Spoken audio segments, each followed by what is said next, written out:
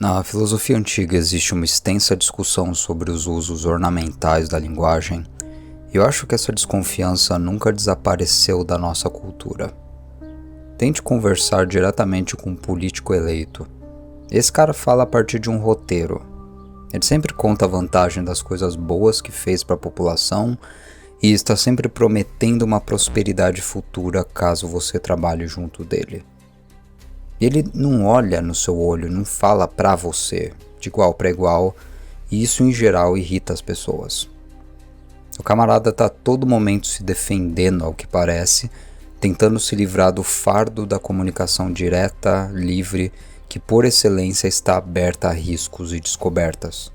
Porque é assim que a intersubjetividade humana funciona. E a fala humana é um poder inigualável das nossas subjetividades para expressar o que temos nas nossas inteligências, mas eis que esse indivíduo, esse tipo social de indivíduo, optou por acorrentá-la a frases prontas, a um treinamento de mídia e tudo isso só para proteger a sua imagem. Para ele, a retórica é mais importante do que a busca pela verdade ou mesmo a comunicação imediata e transparente entre pessoas. Na Grécia Antiga, Sócrates era o inimigo declarado dessa forma de comunicação, e a sua famosa briga contra os sofistas tem origem aqui. Ele cresceu numa Atenas em que a grande moda das pessoas livres e educadas era se treinar em um tipo de retórica, nesse aprender a falar bonito, de forma muito parametrada, às vezes para passar a perna nos outros, e às vezes para conseguir o que você quer.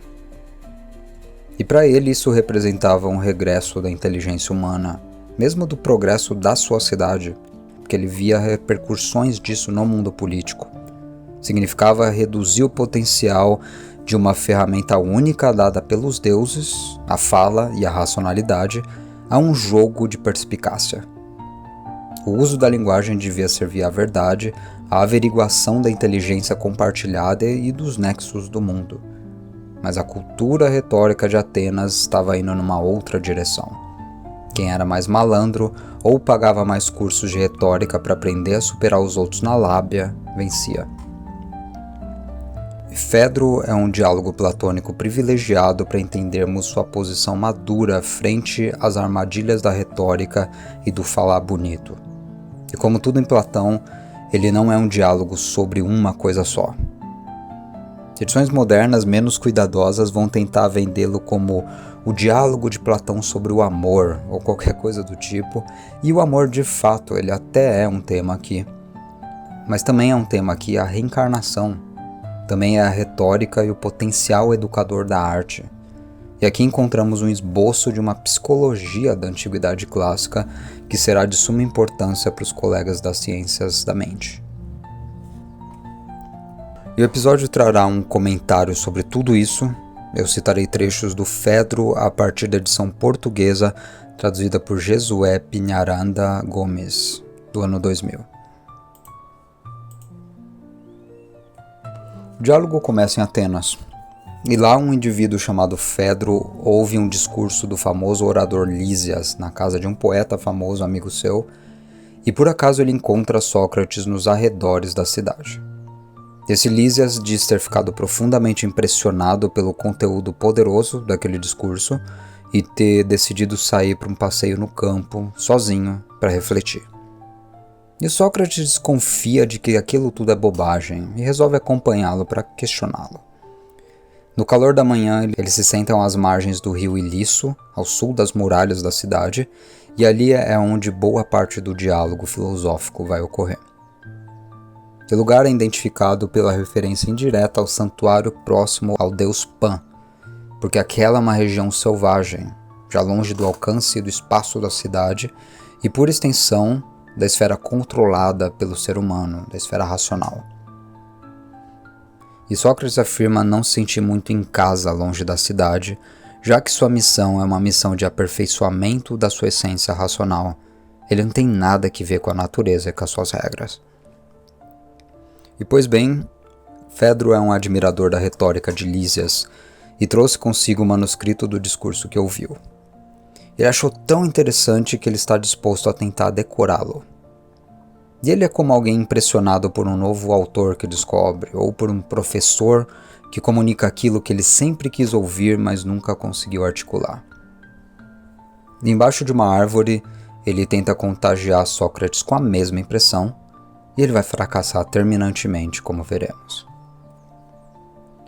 Esse discurso de Lísias é um discurso subversivo sobre o amor. Talvez por decepção amorosa, talvez por conclusões pessoais, o Lísias retrata a relação amorosa como uma forma de violência e de loucura. A ternura do lobo por um cordeiro, eis a imagem exata do amor que os apaixonados sentem. Ele diz em 241d. Então ele se põe a argumentar que é mais vantajoso conceder favores sexuais a alguém que não está apaixonado por você por certos motivos. E os principais são estes. A paixão é sempre algo passageiro, e uma vez que se esfria, o amante se arrepende dos benefícios concedidos. Só que uma pessoa que não está apaixonada age por livre escolha e é mais confiável no fundo. Porque o amante também é egoísta, ele é ciumento, ele é controlador, ele tende a isolar o seu amado e perde a capacidade de julgamento racional, sendo assim um mau conselheiro. Sócrates não fica nem um pouco impressionado, que embora as palavras tenham sido bem selecionadas por Lísias, as ideias não foram. Então ele próprio improvisa um discurso alternativo para questionar a universalidade da afecção artística. E é como quem diz, não é porque um discurso te impressiona que ele vai impressionar todo mundo. E essa é a fragilidade inicial da peça de retórica e, por extensão, de toda a arte que envolve palavras. Ela não só fracassa em comunicar uma verdade universalmente reconhecida, como também não afeta todas as pessoas igualmente.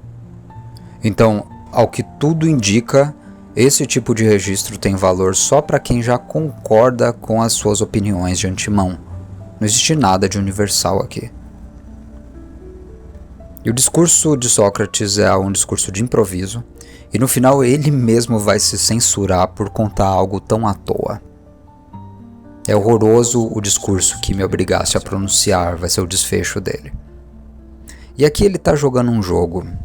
Ele vai apresentar uma história que, em seu íntimo, ele sabia conter algum problema argumentativo para sondar a opinião de Fedro e acabar treinando o seu rigor filosófico. Porque é isso que Sócrates faz a todo momento. E a história que ele conta e contrasta a de Lísias começa com uma tiração de sarro. Ele satiriza os poetas emulando a evocação das musas e pede a aspiração do além para que seu discurso seja conduzido o mais rápido possível de forma que ele não passe vergonha. Essa história apresenta um amante astuto e mais velho de um jovem rapaz. E esse cara finge não estar apaixonado para poder seduzir o jovem. Ele próprio o aborda e tenta convencer, como seu pretendente secreto, que essa coisa de se apaixonar nunca dá certo. Ele justifica. Em partes isso se dá porque as pessoas nem se questionam sobre o que é a atração amorosa por outro indivíduo. Pessoas comuns não são capazes de ver que não conhecem a verdadeira natureza de um assunto particular, de forma que procedem como se conhecessem. E porque elas não chegam ao consenso logo de início da sua investigação, elas partem daquilo que é esperado, em conflito com si mesmas e com a outra pessoa. Isso está em 237c. E para não cometer o mesmo erro, esse veterano continua o seu chaveco explicando o que ele entende por amor. O que é o amor e qual é o efeito que esse sentimento tem. O amor é algum tipo de desejo. Com isso todo mundo concorda. Mas mesmo homens que não estão apaixonados têm desejo por aquilo que é belo. O segundo dado que ele fornece. Há dois princípios que nos guiam pela vida e nos fazem ir atrás das coisas. O primeiro é o nosso desejo inato por prazeres e o outro é o nosso juízo adquirido, ou seja, treinado, de perseguir aquilo que é o melhor para nós.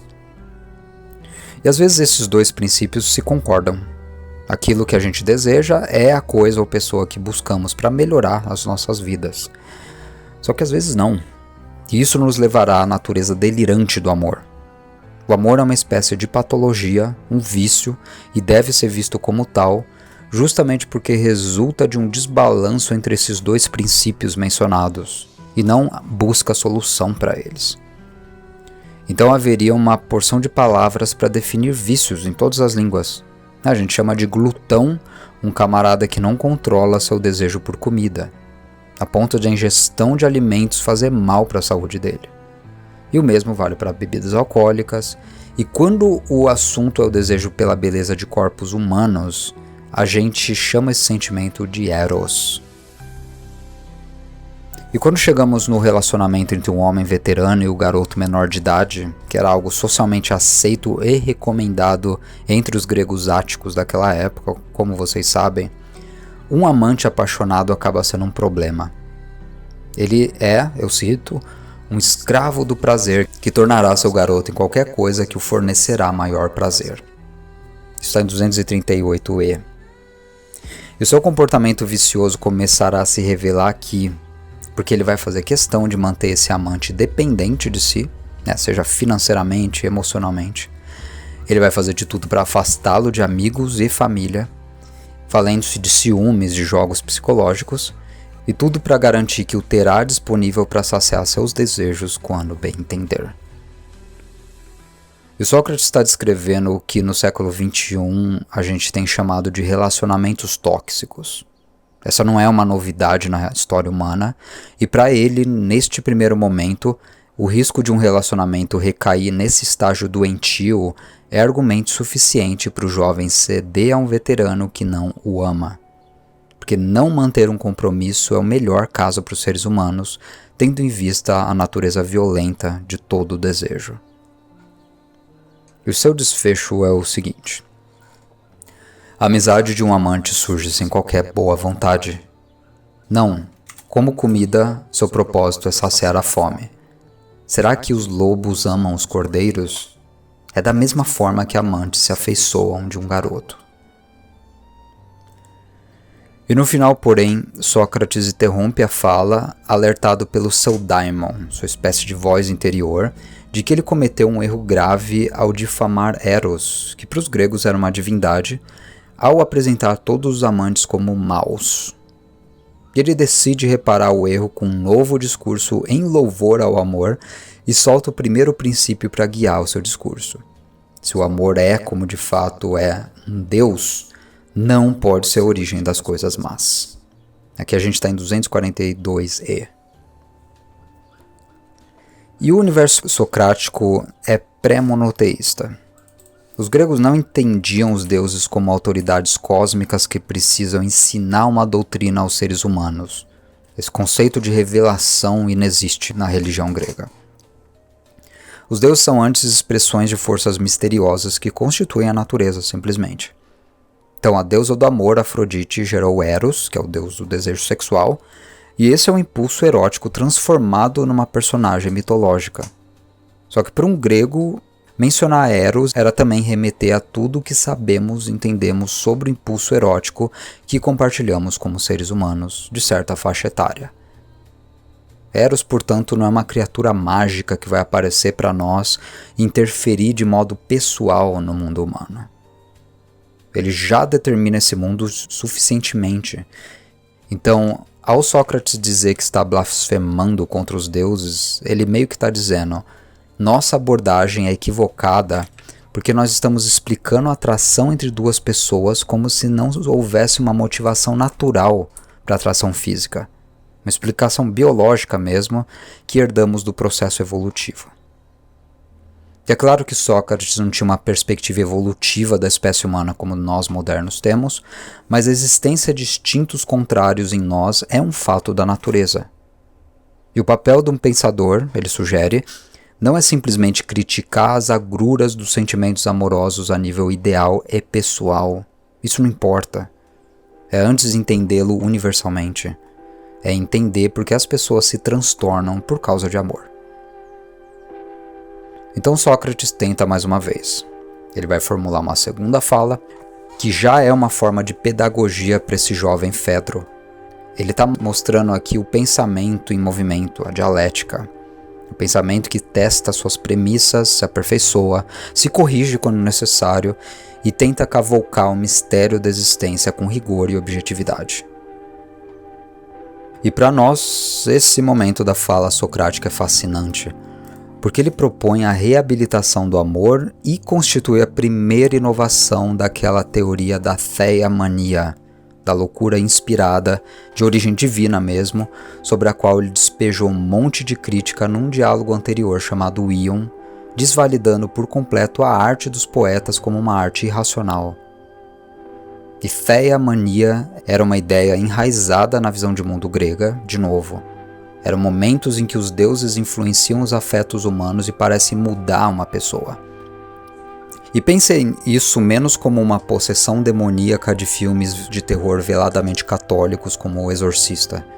Pense isso mais como uma justificativa que nós damos para uma pessoa que tem um talento fora do comum. Essa pessoa está preenchida por um deus, para um grego. Ou uma pessoa que tem um lampejo de clareza e encontra uma solução para um problema que ninguém mais encontra. Esses são os deuses atuando no mundo humano. E Sócrates inicia sua nova história com a seguinte constatação. Os antigos estavam certos ao valorizar as artes do augúrio, as artes das profetisas de Delfos e das sacerdotisas de Dodona. E ele enumera vários tipos de artes delirantes, entre aspas, derivadas do transe, como provas de que muitos dos nossos bens mais preciosos nascem de uma loucura inspirada pela esfera do divino. Isso, de novo, é parte da cultura grega, e mesmo as pessoas que hoje seriam hospitalizadas como insanas no mundo grego, muitas vezes eram respeitadas e vistas como pessoas tocadas pelo divino. E talvez devêssemos prestar atenção nelas. Em suas explicações, Sócrates faz constantes menções ao conceito de pronoia, que a gente traduziu aqui como providência, como cuidado divino, que mais tarde se tornaria central para o neoplatonismo e para o gnosticismo também. Então ele identifica um terceiro tipo de loucura válida e benfazeja, e essa inspiração artística, que ornamenta as nossas vidas com música boa, com literatura cativante e com arquitetura magnífica que doa o caráter ao povo grego. Isso não deriva de racionalidade pura, e se nossa premissa estiver certa, de que o amor, em todas suas contradições e outras formas de delírio inspirado, advém da mesma fonte, da própria natureza dos deuses, então a gente tem que revisar a nossa opinião negativa sobre o valor do amor e refutar Lísias. E Sócrates acha encontrar um próximo caminho para a conversa e uma investigação sobre a constituição das nossas almas. Esse será um dos mitos mais famosos do corpus literário platônico. Vocês encontrarão ele sob o título de Um Mito das Almas. Ele começa no trecho 245c. Sócrates define aqui a alma como aquilo que se move a si mesmo. E não só seres humanos têm almas, mas todas as coisas que se movem por conta própria. E a sua argumentação prossegue. Corpos movidos por um agente exterior são inanimados, enquanto o corpo movido de dentro é animado, pois ele é o movimento e a natureza da alma. Eu fecho a citação. Nesse momento, Sócrates está construindo uma ligação fundamental entre Eros e um princípio vital imanente que habita todos os corpos dos bichos. Não entendamos Eros como algo mágico que só existe para perturbar nossas noites de sono enquanto pensamos naquela pessoa que desejamos tanto. Eros aqui está sendo reduzido a um princípio movente de todas as coisas vivas. E Sócrates soa quase científico em alguns trechos, porque ele despersonaliza uma discussão sobre um afeto humano para situá-la numa discussão muito mais ampla que visa uma compreensão objetiva da alma humana. E alma para os gregos igual mente. Essa é a mesma palavra psique de onde vem o termo psicologia. Não existe nada de exclusivamente espiritual ou místico aqui. E esse princípio movente se traduz em diferentes espécies de formas muito particulares. Eros é o que faz uma planta despejar seiva e expandir suas raízes pelo solo, por exemplo, em busca de nutrientes. É o que faz o corpo de um animal doente combater contra a doença que o assola e o leva a recobrar sua saúde. É o que faz um garoto à beira da adolescência vencer sua aversão racional às meninas e começar a olhá-las com interesse renovado, que o faz tentar entendê-las em sua própria cultura infantil e complexidade. E é claro, ele é também um impulso erótico em adultos. É a parcela de instinto em nós que nos faz dar a volta completa em nossas vidas para gerar bebês e fazer famílias. É a natureza atuando através dos corpos dos animais para se propagar, para executar sua autopoiesis, se pensarmos holisticamente, mas é simultaneamente também a sua história de amor pela Carmen, pela Gertrudes, pelo Paulo. E esse afeto entra em contradição com a nossa parcela racional, dirá Sócrates. Ele é contraditório só em seres humanos, sugestivamente. E na passagem 246a e b, o Sócrates introduz a famosa comparação da alma, ou mente humana, como uma parelha de cavalos alados conduzidos pelo cocheiro. Há um cavalo bom que está ligado ao divino, representando talvez a parcela dos nossos instintos mais nobres e racionais, ao passo que há também um cavalo chucro, rebelde, que está ligado à esfera material e aos desejos inferiores. E o cocheiro humano que deve guiar esses dois animais tão diferentes é você. E ele expressa a razão que tenta harmonizar as forças conflitantes dentro do corpo. Para complementar essa ideia, em 246d ele explicará quão difícil é entender o princípio divino do ser humano. Ele não usará o panteão grego, os deuses do Olimpo como conhecemos, mas explicará essa coisa toda via um argumento clássico da teologia negativa. Vou citar aqui. Quanto ao elemento imortal em nossas almas, não é coisa que possamos explicar de forma racional, mas podemos conjecturar, mesmo sem experiência e sem suficiente intelecção, a ideia de Deus. Um ser vivo e imortal que possui uma alma, que também possui um corpo, ambos unificados por uma duração eterna, o que depende da vontade da divindade. E isso é Plotino 6 séculos mais tarde. Isso é teosofia. A natureza como um princípio divino despersonalizado. Nós seríamos instanciações desse princípio. E para mim é surpreendente como uma ideia teológica já secular, já pós-teísta, está formulada numa conversa fugaz entre Sócrates e Fedro. As pessoas escreveram bibliotecas inteiras para lidar com essa ideia de espiritualidade profundamente polêmica que em Platão fica jogada para você fisgar e desenvolver por conta própria. E a gente pensa essa espécie de psicologia aqui proposta como derivação de uma constatação sobre a posição solitária da espécie humana no concerto da vida. Por ter adquirido uma consciência de si, e conseguir ao menos se esforçar para encontrar métodos para alçar sua mente à racionalidade que governa o mundo, e Platão chama isso de mundo das ideias, Plotino chama isso de esfera noética, o ser humano está singularizado na natureza. Ele é o cérebro dessa natureza, e a sua ciência vira uma câmera que, apesar das suas limitações, é capaz de contemplar alguns quadros da cabine de comando da natureza. Animais e plantas vivem existências despreocupadas. Eles vivem em paz com a realidade da sua própria finitude e aceitam suas mortes como mais uma fase programada de suas pequenas existências. O animal não vasculha o real, ele não questiona por que o sol nasce, ele se restringe a contemplá-lo com uma satisfação e certeza de estar em casa em toda parte que eu pessoalmente invejo. Seres humanos maduros trocariam qualquer embriaguez, qualquer união desesperada com outros corpos por essa paz. E Sócrates não está racionalizando isso. Nesse momento ele só constata a cisão constitutiva de nossas almas como ponto de partida para uma psicologia. E a partir daí, ele soará extravagantemente metafórico. Ele questiona as causas que levam a alma a perder suas asas.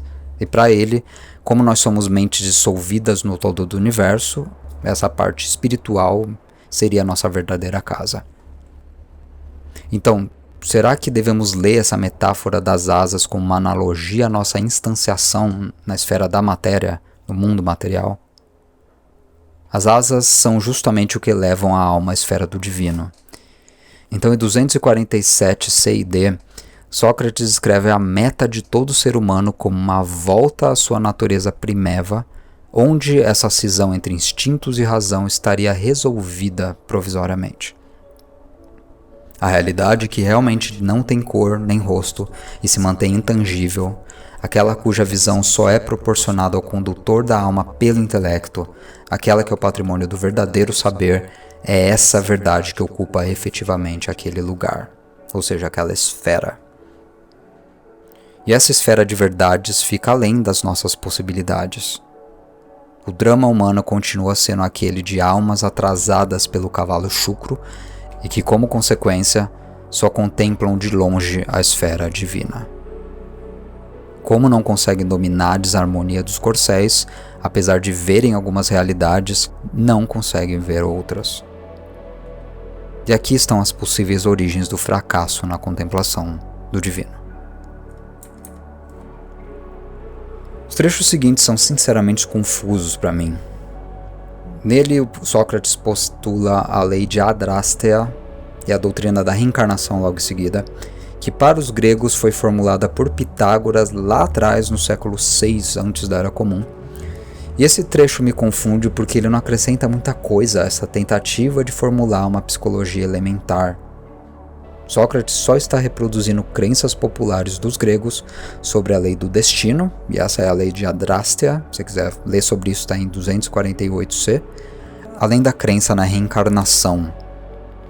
Eu não sei o que fazer com isso, embora sejam indícios muito importantes da ideia de reencarnação fora da Índia Antiga, já no século IV antes da Era Comum, e eu deixo como recomendação 2 episódios do podcast Schwepp, um sobre reencarnação em Pitágoras e outro em Platão, para vocês pesquisarem mais se quiserem.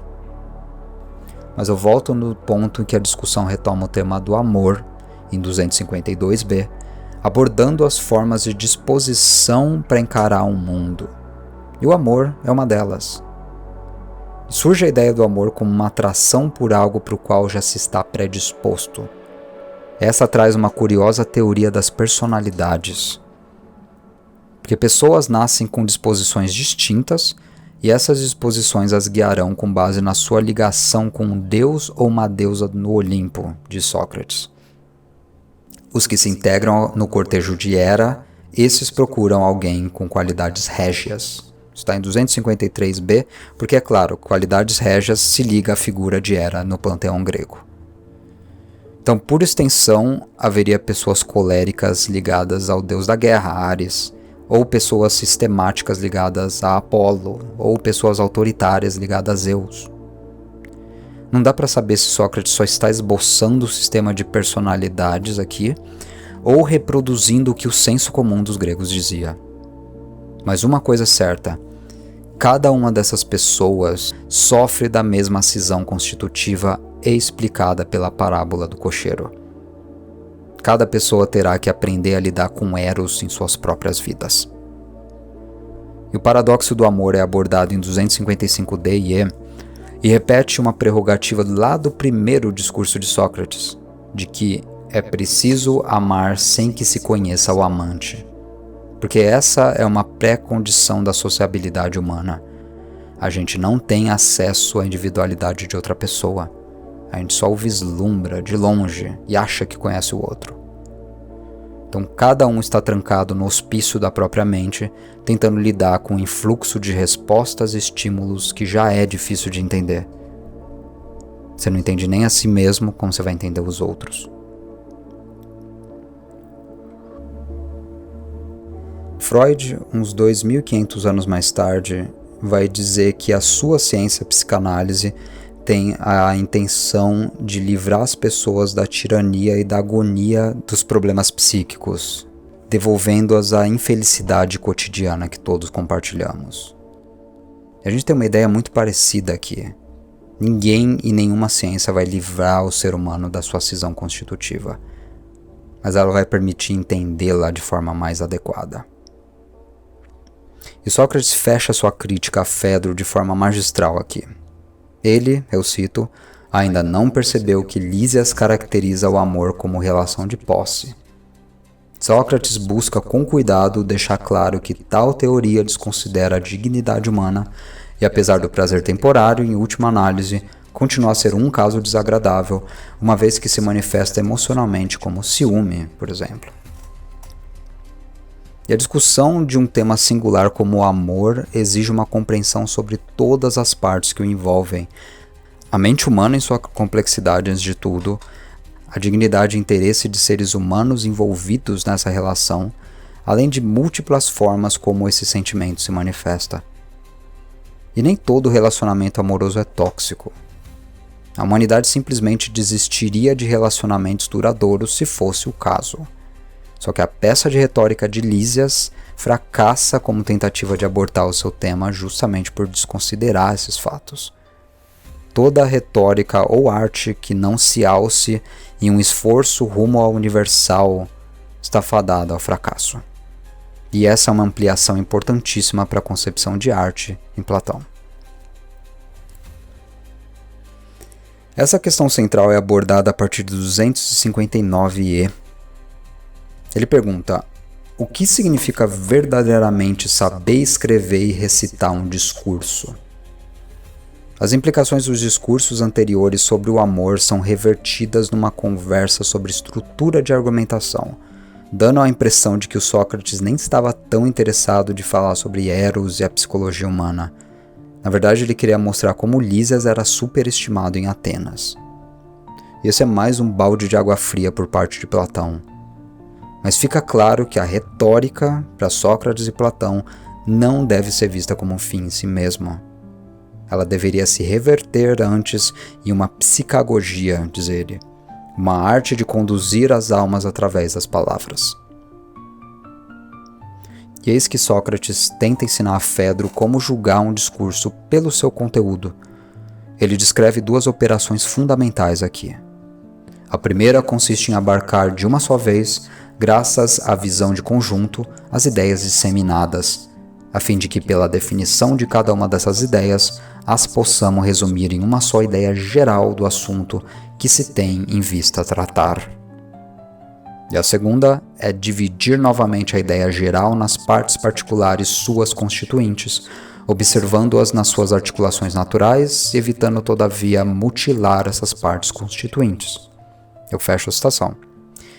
E esse é o famoso método da divisão e recolhimento, de Aireses e Sinagoge, que vimos aplicado no seu segundo discurso, com todo aquele papo de natureza dual entre a alma humana e a sua fonte na natureza dos seres moventes. Ele está pensando também o universal indo para o particular e vice-versa. O discurso de Lísias só traz um caso particular, e essa é a maior falha dele. Ele não se pauta numa teoria coerente sobre o amor, se reduzindo a uma reclamação ranzinza sobre como o sexo livre evitaria a frustração dos fracassos amorosos. E a partir daí, Sócrates falará mal do sistema jurídico de Atenas, formulará no mito de Thot uma crítica inesperada contra a logografia, que é o registro escrito de discursos, algo que curiosamente o Platão está fazendo nesse exato momento ao escrever um livro, mas isso sempre para reafirmar a máxima da dialética platônica. A escrita está desvinculada do pensamento vivo. Ela registra só um quadro do pensamento em movimento, o momento em que o filósofo chegou a dada conclusão e achou suficiente para registrar, mas isso não substitui a necessidade de nós, pessoas apaixonadas pelo saber, de atualizarmos esse pensamento a todo instante. Nossas almas, afinal, são carruagens, e algo sempre puxa essas carruagens para baixo. Nossa ignorância, nossos instintos, nossos vieses, às vezes até a cegueira das nossas épocas. De forma que só idealmente temos acesso à esfera das coisas tal qual elas são. Um método de pensamento rigoroso não pode perder essa realidade de vista em ponto algum. E aqui a gente faz um balanço. Sócrates atualiza o conceito de theia-mania, a loucura ou êxtase divino, de um diálogo como o Ion. E Ion aqui provavelmente é de 399 antes da Era Comum, Fedro é de 370, mais de 20 anos, na mesma época em que foi escrita a República. E esse diálogo mais maduro argumenta que nem toda loucura é negativa. Isso por se tratar de uma inspiração divina, como a das profetisas e dos poetas. Então, para entender o amor, é preciso entender a alma humana. E ele a descreve como imortal, ou seja, partilhadora da esfera noética e automovente. E a beleza terrena é a única forma visível no mundo físico. Aqui ela não é só uma fonte de ilusão, mas um primeiro contato que uma pessoa tem com a esfera noética. E essa ideia será central para a arte sacra do catolicismo posterior, por exemplo, e para toda a ideia de arte do romantismo europeu. Porque ao avistar um belo corpo, ou uma bela obra de arte que seja, a alma de uma pessoa recorda-se dessa beleza ideal que ela viu no lugar supraceleste, segundo a doutrina das almas de Platão. E essa rememoração desperta uma ânsia intensa para você se aproximar dessa esfera mais uma vez. Esse processo é ao mesmo tempo alegre e doloroso, uma agitação extrema que é a verdadeira mania erótica. E aqui a gente está usando erótico não no sentido de tesão, mas de êxtase divino. E o efeito desse amor depende da natureza da alma do amante, que está associado a algum deus específico ou personalidade, e também da sua capacidade de governar os seus impulsos interiores. Se o cocheiro, que é a razão, e o cavalo nobre conseguirem dominar esse cavalo chucro, que são os nossos desejos irracionais, o par pode alçar uma vida comum de amor filosófico e busca da virtude. É mais ou menos essa doutrina que ele está propagando aqui. E o Fedro fica profundamente impressionado com Sócrates, colocando-o acima de Lísias. Ou seja, filosofia vence a sofística mais uma vez. Isso leva a uma discussão sobre a natureza da verdadeira retórica também. Porque Sócrates critica a abordagem meramente persuasiva e pragmática de Lísias, que busca te convencer independentemente da verdade. E, em contraste, ele defende que a verdadeira retórica é uma arte, é uma técnica de guiar as almas, que deve sempre estar fundamentada no conhecimento da verdade e na psicologia, nesse sentido mais amplo que eu estou dando, de conhecimento das almas e dos seus tipos. E contra tudo que lemos num diálogo como Ion, arte e retórica são técnicas aqui. E Ion ele defendeu justamente o oposto. Um bom discurso deve ser uma unidade orgânica, como um corpo vivo, construído através do método científico dialético, com divisão e síntese conceitual, algo que ele mostrou em seus próprios discursos ao definir o amor como um tipo de mania e depois dividi-lo em suas formas humana doentia e divina inspirada. Técnica retórica isolada, sem uma compreensão da verdade e da estrutura lógica do universo, acaba sendo inútil e ridícula. E quando a gente pensa na expansão disso para o mundo da arte, um escritor que escreve sobre o que ele não conhece profundamente seria como um médico farsante que conhece o nome dos remédios, mas não sabe quando e para que aplicá-los. A psicagogia foi o termo que eu ressaltei no título dessa apresentação, e ela servirá de guia para boa parte das ideias da arte no neoplatonismo e na patrística, inclusive. A desconfiança da patrística frente ao teatro, por exemplo, ou a ficção narrativa dos pagãos, será rebatida com uma noção de psicagogia cristã. Então, discursos de caráter mitológico e ficcional, que são parte significativa de textos sagrados do mundo inteiro, serão justificados como divinamente inspirados aqui, numa chave muito parecida com a de Fedro. E esse é o diálogo que vai dar abertura para uma compreensão devida da arte sacra, por exemplo. Porque a beleza material de uma pintura, de uma escultura, de um vitral de igreja ou do canto gregoriano não seria uma distração perigosa, mas uma ferramenta pedagógica e devocional conferida por Deus para a humanidade. Ela deve elevar a alma do fiel, do visível ao invisível, do material ao espiritual, segundo essa argumentação. No mundo islâmico, algo muito semelhante ocorre.